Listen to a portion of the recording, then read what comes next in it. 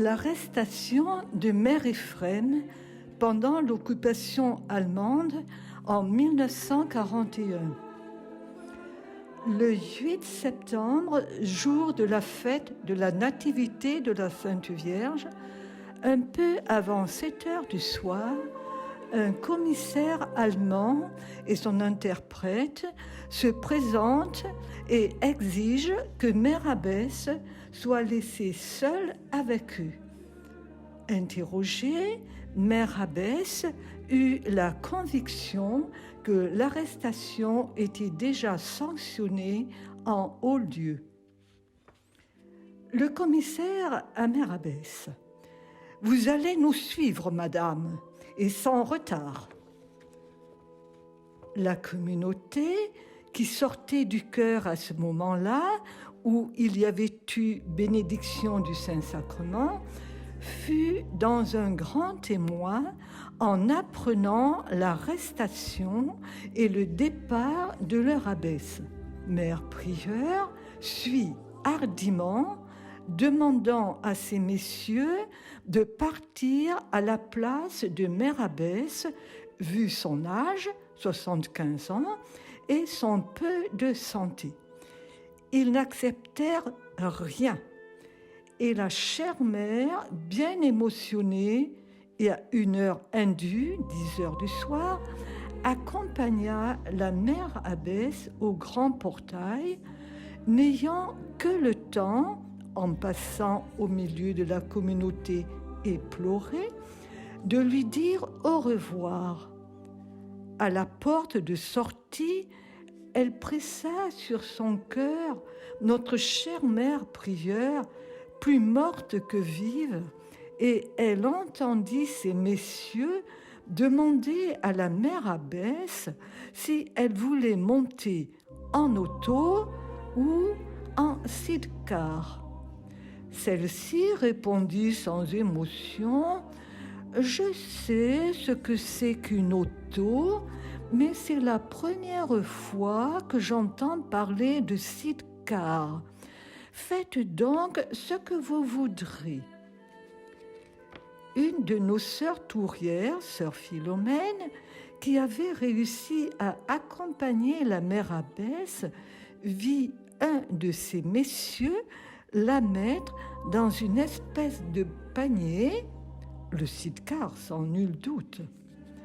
Elle la couvrit bien abondamment, suivant les recommandations de Mère Prieure, retenues par la clôture, sur le pas du grand portail. Et sous la bénédiction émue de Monsieur le curé de Saint-Barthélemy, qui revenait de donner le salut d'un Saint-Sacrement, le véhicule nouveau pour notre mère abbesse, où le conducteur et les 2 Allemands prirent place, le véhicule partit à une allure vertigineuse. Il s'arrêta 1 seconde dans le bourg des Chognacs, juste le temps d'annoncer qu'il venait de faire ce fameux coup. Et le sidecar reprit sa course folle, au point que la pauvre voyageuse crut qu'elle allait à la mort. Elle était prête. De temps en temps, un de ces messieurs lui demandait: « Madame a froid ? Madame a peur ?» « Ni froid, ni peur, » répondait notre mère. Et leur bavardage recommençait de plus belle, et le sidecar roulait à perdre haleine, lui aussi, comme la voyageuse qui continuait, dans son silence, à se préparer à paraître devant Dieu, ne voyant pas d'autre issue à cette allure hors nature.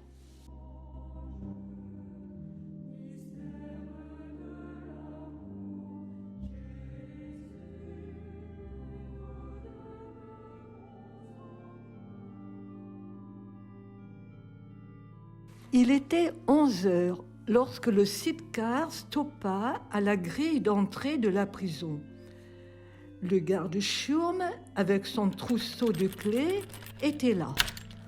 On descendit Mère Abbesse de son panier, tout engourdi de froid et d'émotion. Sans mot dire, elle suivit le préposé qui la fit entrer dans une cellule très étroite et remplie par 2 lits de camp avec une couverture d'une saleté repoussante et d'une chaise de jardin cassée à 2 endroits. Il restait donc la place de la chaise pour se remuer. Il invita la mère abbesse de profiter des lits et il se retira en ayant bien soin de fermer à double tour. 10 minutes après, il éteignit l'électricité dont le bouton était à l'extérieur et notre mère abbesse fut laissée seule dans une obscurité profonde. C'est alors, et au bout d'un certain temps, qu'elle se vit seule et loin de son abbaye, de sa chère communauté.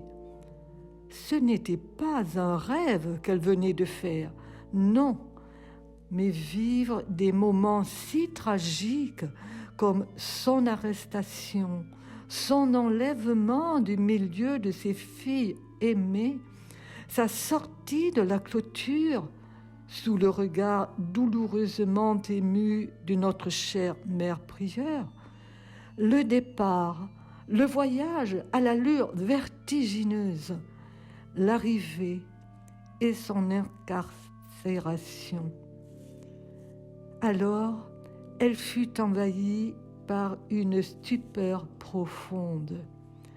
Elle en sortit longtemps après, réveillée pour ainsi dire par l'arrivée de nouveaux prisonniers que l'on incarcérait dans les cellules voisines. Elle se sentit alors moins isolée du reste de la terre, car un pauvre psychique logé près d'elle l'avertissait par ses accès de toux de sa présence. Alors, revenue un peu à elle-même, elle chercha son Dieu et elle le trouva. S'asseyant alors sur la pauvre chaise, elle s'unit à lui et trouva dans la passion de son divin maître un réconfort qui ne la quitta plus. Vint le rosaire, puis les petits offices qui augmentaient le calme dans lequel venait d'entrer son âme. Elle passa ainsi la nuit et jusqu'à 9h du matin où on vint ouvrir pour aller prendre un petit déjeuner.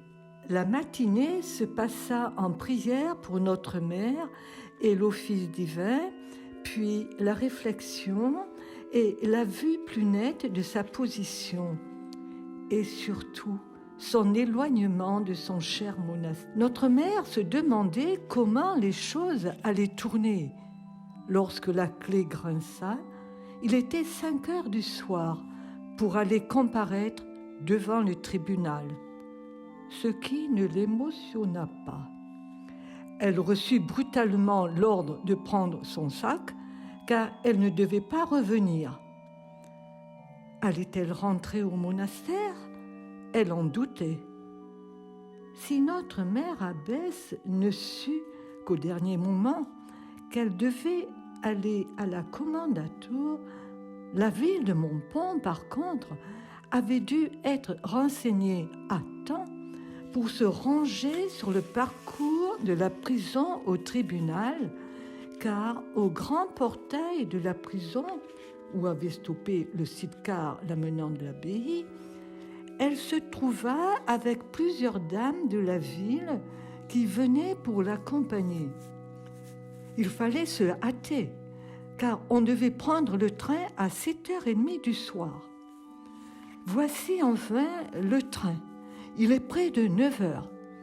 Un wagon de 2e classe retenus à l'avance, reçut nos voyageuses, suivies de leurs cerbères, et le train s'ébranla.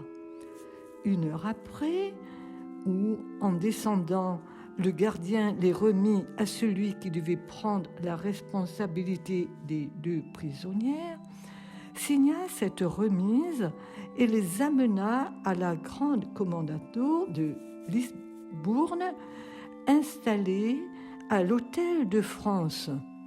Ce fut rapidement fait. Seule la reconnaissance des prisonnières et l'ordre immédiat de les amener à la grande prison furent donnés. Il était près de minuit. Après leur enregistrement, la geôlière prit les devants et notre mère et une autre prisonnière la suivirent et montèrent jusqu'au dernier étage. Les 2 grandes cellules qui étaient sur le même palier. La geôlière fit entrer la dame dans l'une et faisant signe à notre mère abbesse de la suivre, elle ouvrit, en prenant une des clés de son énorme trousseau, une grande cellule où étaient entassées 16 dames, couchées et endormies sûrement sur 2 ou 3 lits ou sur une paillasse. Pendant la journée, les unes préparaient le goûter, les autres tricotaient, écrivaient, jouaient aux cartes ou s'épilaient les jambes, etc., etc. Notre nouvelle arrivée croyait rêver en voyant tout cela. C'était bien un monde nouveau qu'elle ne connaissait pas et qui était loin de celui qu'elle laissa en entrant en religion en 1888. Ne prenant pas part au goûter, notre mère essaya de mettre, pour un moment, un terme à leur vaine conversation en leur chantant le Salve Regina. Mais en pensant à sa communauté, son émotion la trahit, elle ne put achever. L'heure du souper sonna, tout le monde y fit honneur, et un peu de temps après commença l'installation des paillasses, et à ce moment-là, notre mère abbesse fut appelée à la commandatur pour le 3e interrogatoire. La dame, venue en même temps qu'elle à la prison, fut aussi appelée.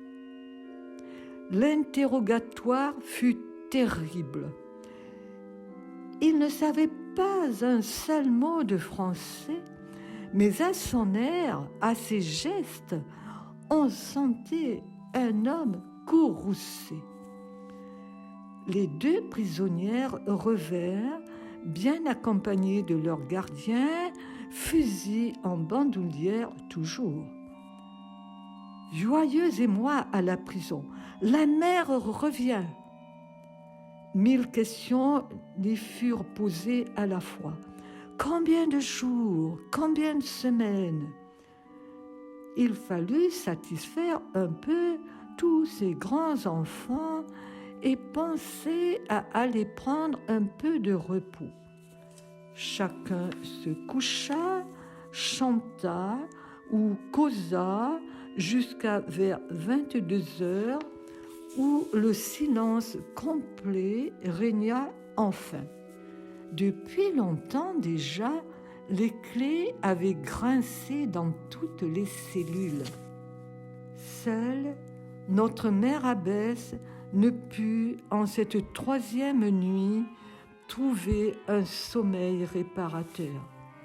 Elle ne pouvait, devant tous ces yeux braqués sur elle, faire le moindre mouvement. Comme la première fois, elle s'assit sur la paillasse et revint en esprit au cher monastère. Vers 8 heures, la clé grinça et les caquetages recommencèrent. Puis le petit déjeuner arriva, comme la veille. Pendant ce temps, la nouvelle de l'arrestation de notre mère abbesse et son incarcération à Libourne s'était répandue et les journaux éloignés annonçaient son arrestation et sa translation à Libourne. Ce fut une émotion générale et une sympathie qui se manifesta par de nombreuses visites et par l'envoi touchant de nombreux colis. Ceux-ci émanaient de Libourne, où les cisterciennes avaient de nombreux amis. Les jours passaient. Il y avait des appels à la commandanture, c'était pour recevoir sa feuille de route. Il y avait aussi de nouvelles recrues, plus ou moins résignées, qui arrivaient. Grâce à une aimable demoiselle, une lettre fut enfin écrite à la mère prieure, lui donnant de bonnes nouvelles et l'espoir d'un prompt retour.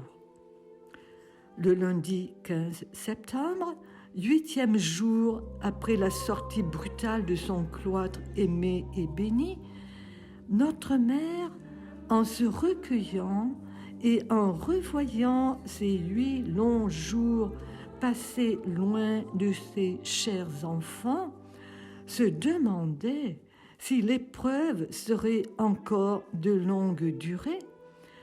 Lorsque la voix de Stentor de la bonne geôlière se fit entendre, la mère, sans retard, est demandée à la commandanture. Ce fut une explosion de cris et de larmes. Enfin, on lui demanda sa bénédiction, on baisa son anneau et on réclama une étreinte avec un souvenir dans ses prières, et la prison se referma. À peine les portes de la prison s'ouvrent-elles qu'elle aperçoit une sœur tourière missionnée pour lui porter un panier de provisions. Quelle surprise! Et quelle retrouvaille joyeuse!